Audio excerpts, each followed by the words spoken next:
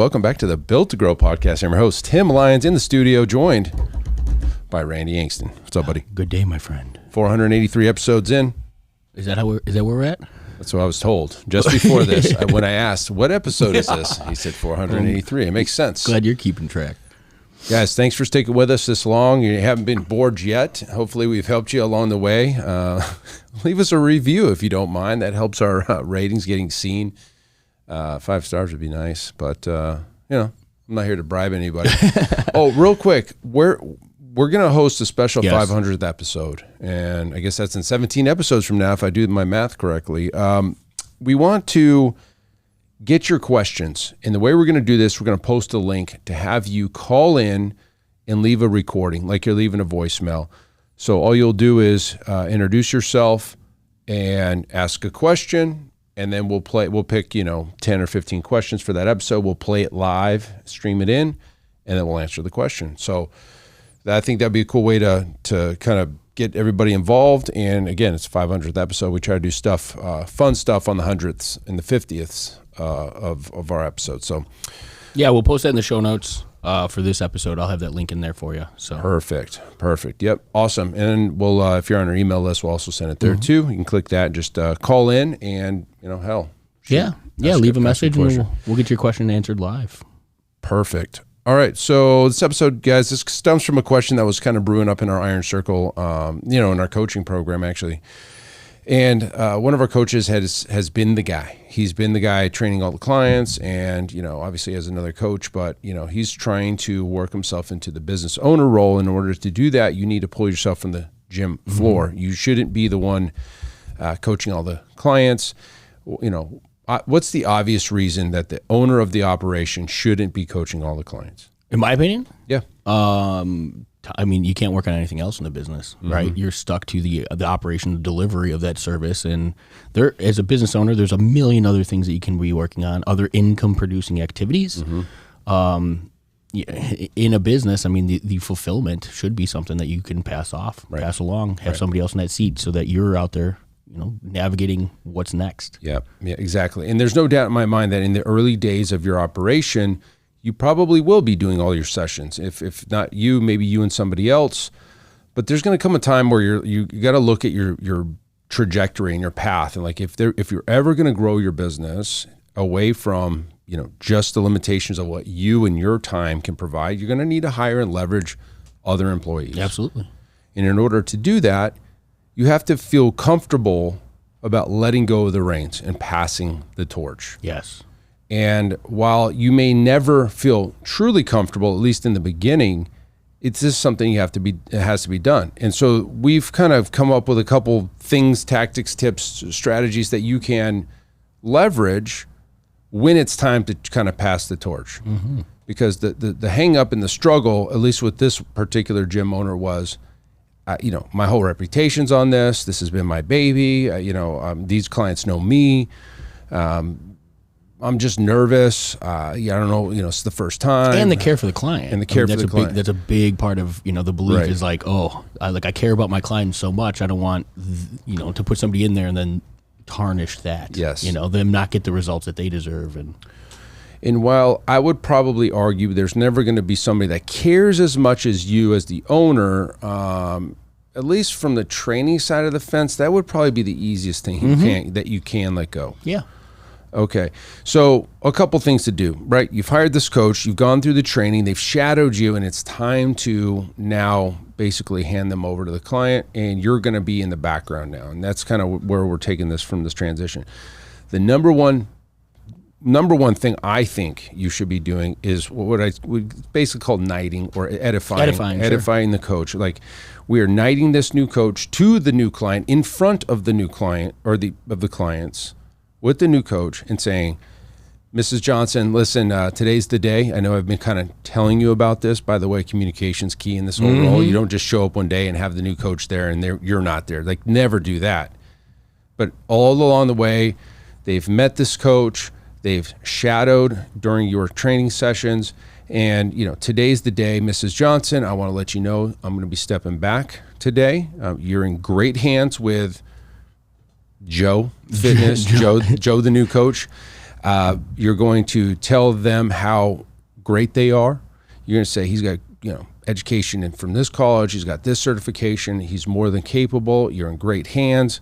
As always, Mrs. Johnson, I'm always here, keeping an eye on things, and I'm here for questions if you need me for anything. But today's the day we're going to hand this new coach off, and I'm just going to keep an eye on things from the background. And as always, Mrs. Johnson, you're in great hands, but if there's anything that comes up, feel free to let me know.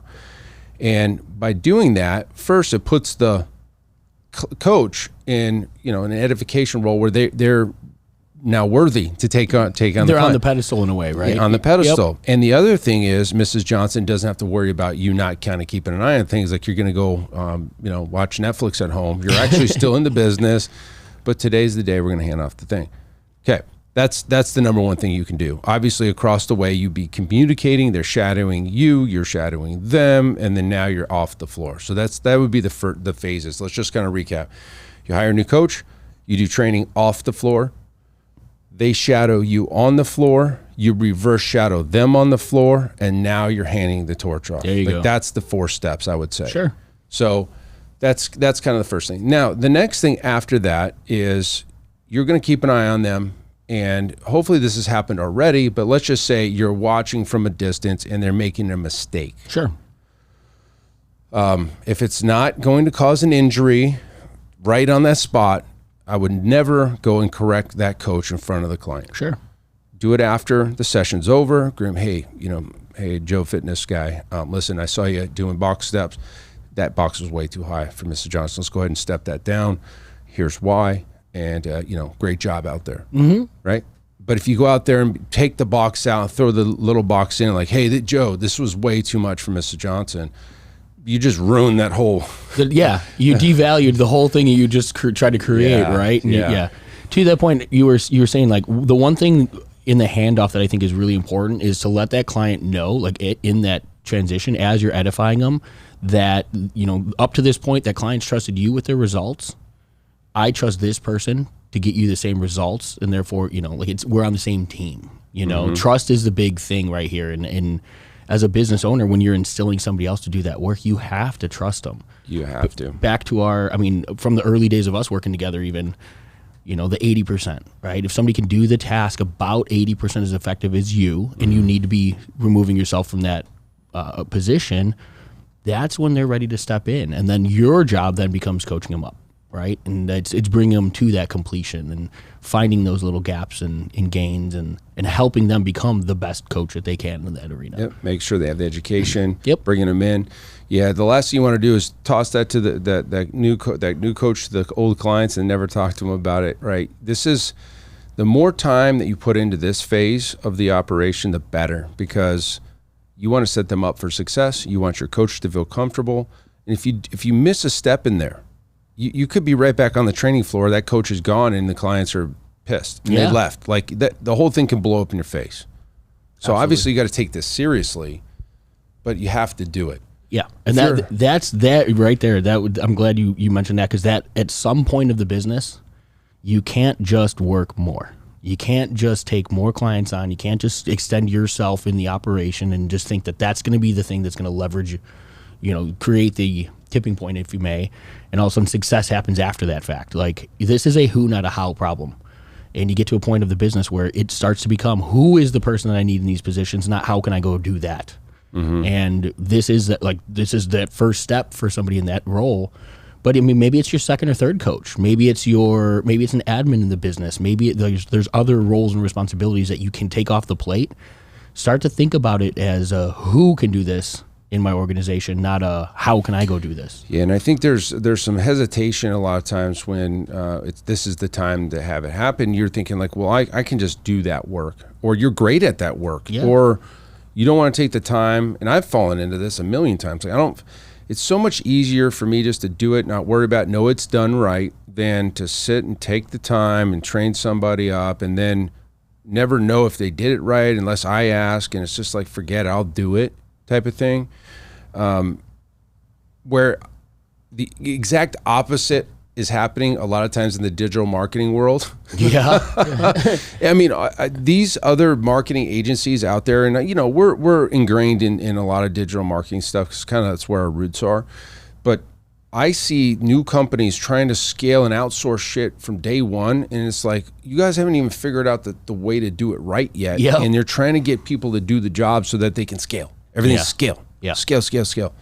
And while I understand the want and desire to scale, you're shooting yourself in the foot if you don't know how to do the damn job first, so you can't even teach somebody else, etc. And that's what comes down to the systems, right? Like when you put somebody else in their role and you coach them and you've taught them the job, the responsibilities that go with all of that, as opposed to just tossing them to the wolves. You're creating a system, no different than bringing software into your organization and taking, some work off your plate. That person's now going to be doing some of that work. That is a system, and to the benefit, like you said, if you just went back and you kept doing that work, that's never coming off of your plate. You're always going to be the guy that has to do that because you're not instilling it in a who or a system or something. And so therefore you're always pulled back to that seat. The only way to get out of that seat is to instill a system, an individual, staffing structure, something to do the work. But the reason that we're so big on systems is because quite often you create or you set it up once, and that system or that staff member does that job each time that client's in that position. Mm-hmm. And so it comes off of your plate once and for all. I mean, with obviously, like, to the point of the conversation, you still have to be there, you still have to actively coach them up, but you're not doing all of the work yourself. Yeah, and I'm also thinking about why wouldn't a gym owner pull this trigger earlier in the game? And I think the other thing that's probably holding people back is like, okay, this is what I've been doing. Once I hand this off and somebody else is doing, what do I do? Like, what else do I do? And I think kind of going back to when Profit came to be and I was still in the seat, it was Pulse, and I was like, well, I had something to do that I needed to do. I was doing both for a long time. And it was like, well, I need to replace myself here because I'm already doing that. And I think the key for a lot of gym owners is to do two things at the same time. Work on something else while you're working here. Maybe you're trying to learn marketing, and maybe you're trying to do sales, and you're trying to do all this other, but the actual training delivery is pulling you away from that. That will open your eyes like, okay, I've got to get rid of this to do this now. And let's even dive deeper on that. Let's say that you want to be you want some FaceTime with clients, or you really enjoy the programming aspect, or like there are aspects of the business that you as a business owner want to have your hands in. It would be much nicer if you had the choice to do those things rather than the need. Mm-hmm. And I mean that by, when you have all of these things on your plate and you're the person doing it, your time is taken by, it's dictated by the tasks at hand. If you can offload some of those things and give yourself the choice to be in those areas of the arena, like I use an example all the time with programming, like get that into a system, get that off your plate. If you want to walk into the gym and you want to train a client and you're the owner of the business, show up, be the second hand, be the floater that's walking around and building up clients and creating that relationship while your coach is on the floor doing the cues and doing those things. Just because you take the requirement for you to do the work off of your plate, that doesn't mean that you're never in that seat again. You still have the luxury of walking in, and exactly, the choice is really what ultimately, in my opinion, like that's what we want to create for you. It's just when we talk about getting operations, it's not so you go sit on your couch and watch Netflix. It's so you have the choice and the freedom, right? I mean, we use that term all the time, the freedom to decide in your business what you want to be doing, where you want to work. And there's nothing wrong if you want to take that time and go invest in something else, grow a second business, do something else where, like, that is what freedom is really all about. But to be handcuffed to your business because you can't create a system or you don't know how to build the staffing structure around it, nobody wants to be a slave to their business. And if this is you right now, this episode is probably extremely valuable for how to get out of that seat. This is for you. Yep. So, listen, there's right ways and wrong ways to pass the torch. That's what this episode's about. Eventually, you're going to have to pull yourself off the floor, follow those 4 steps that we kind of just relayed. If you screw it up, you may end up back on the floor. So do it right the first time. And then really pay attention to that coach for at least 6 months, like at least, if not the whole year, right? Sure. Be around, do meetings with them, keep an eye on their sessions, go back and coach them. But then you're not out there for 4 or 5 straight hours. You're now back in the office doing the other things you need to do to grow the business. End of story. So hopefully that helps. This obviously was relevant to what was happening in a conversation we were having with coaching clients. So if that helped you, great. Share this episode along with somebody else that's sitting in that role right now. Like, oh my gosh, I don't know how to get off the floor. Share this episode with them. Hopefully that helps you guys. Until next episode, keep changing lives. We'll see you on the next show. Bye. All right, and thank you for listening to that episode of the Built to Grow podcast, where we help gym owners win. Now, do you want to connect with me and other gym owners online? All you need to do is join our private Facebook group, Business Talk with Fitness Professionals.